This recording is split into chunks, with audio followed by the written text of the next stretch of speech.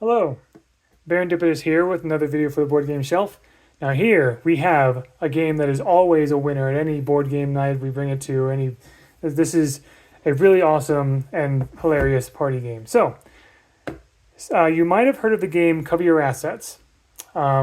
This is made by the same board game company, Grandpa Beck's Games. This is called Cover Your Kingdom.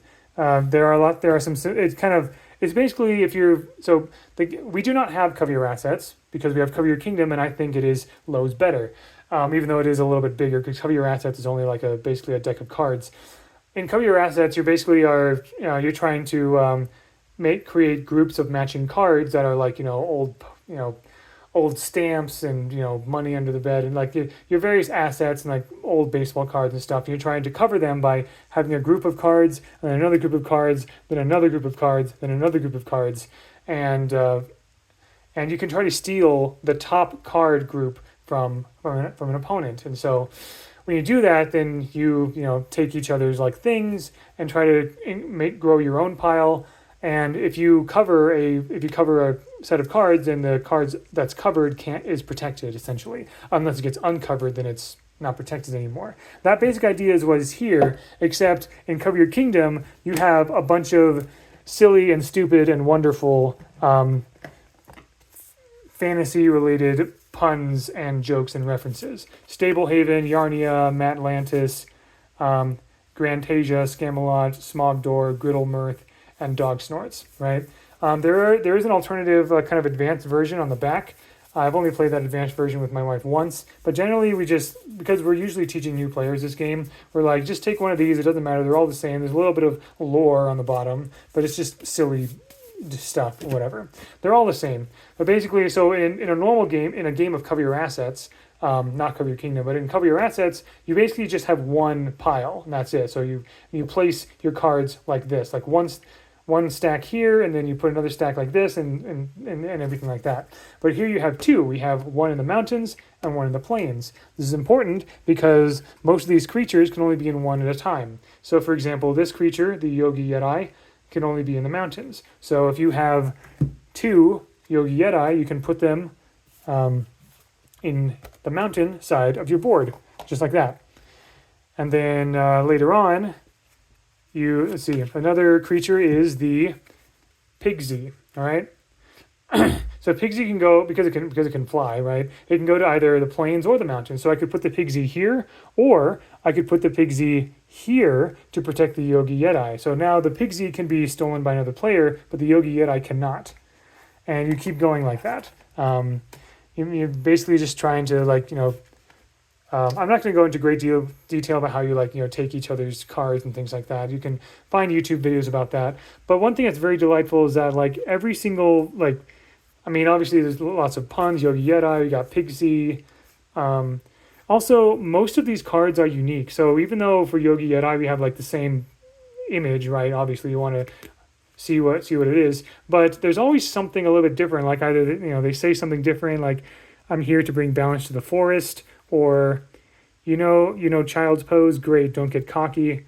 But also, there's something a little bit different in every single one. I don't know about the Pigsy here. I think they might all be the same, technically. But in most cards, each card is unique in some way. So we have a Klaken here, and the Klaken says something different each time. Also, each card is a certain number of points. You win if you have the most number of points at the end of the game, basically. And the game ends when the deck of cards in the middle is empty. We have Vulcans, so Ents and Vulcans, right? We have Cyclops, Snot Topic instead of Hot Topic, hilarious. There are some cards that are wild and they're much more valuable. It is possible to have a Pigsy stack that has a wild card in it that's much more valuable and people will want to steal that. But yeah, so we have Sarah Brussel Terrier. What other stuff do we have? Oh yeah. Hentar, we have Spydras, which are very powerful cards. We have the Leprechaun Man, and so every single Leprechaun Man card is him trying to sell something different, right? And then we also have different like creatures that aren't worth points, but they have a special ability. So, for example, mob goblins swap one of your top clans, one of your top clan piles, with a clan atop another person's stack. So you get to like there's like swapping and stuff like that. Stealing cards. Minotaur causes someone to skip their turn. Wizard. Oh gosh. Okay. So the thing that made me laugh out loud in this game were these two wizard cards. Okay. So if you see here, he's saying Abra, and then in here it says Kadabra. It's so stupid. It's so just delightful and just hilarious. You have a little Harry Potter, Lord of the Rings crossover here.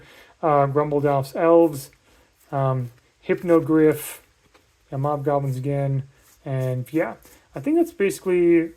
Oh wait, there's another kind of card as well. I don't think these are all the cards technically. I think I split the deck up a bit. But yeah, it's just very delightful and hilarious. It's pretty simple to pick up, honestly. And then yeah, I know there's at least. Oh yeah, here we go. We have Braggins with like different treasures and stuff, right? And yeah, unicorns, where each unique horn is truly unique with a different kind of horn. We also have Peglegasis, Spydra again. Is that it? Is there anything else? Any other different sorts of creatures? I think that might be. Yeah, I think I've shown all the different kinds of creatures. And then there's like cards for the advanced version of the game.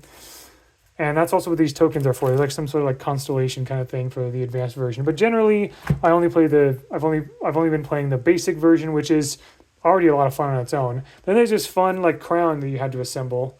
That basically signifies who the active player is. So you pass it around. So yeah, that's basically Cover Your Kingdoms, and it has always been an absolute hit every single time my wife and I bring it to any board game night that we bring anywhere. My family loves it. Any people in our neighborhood that we teach the game to, they love it as well. It's just great. Like, and I didn't think I would enjoy this game that much. Like, I knew I would enjoy it because it's just hilarious and like has dumb puns and references and stuff. But it's a very solid game to bring to board game night with like a bunch of people. So it's very fun with like more than two people, basically. So very happy to have Cover Your Kingdoms. So that's all I've got. Thank you very much for watching. Hope you enjoyed. Until next time, all the best.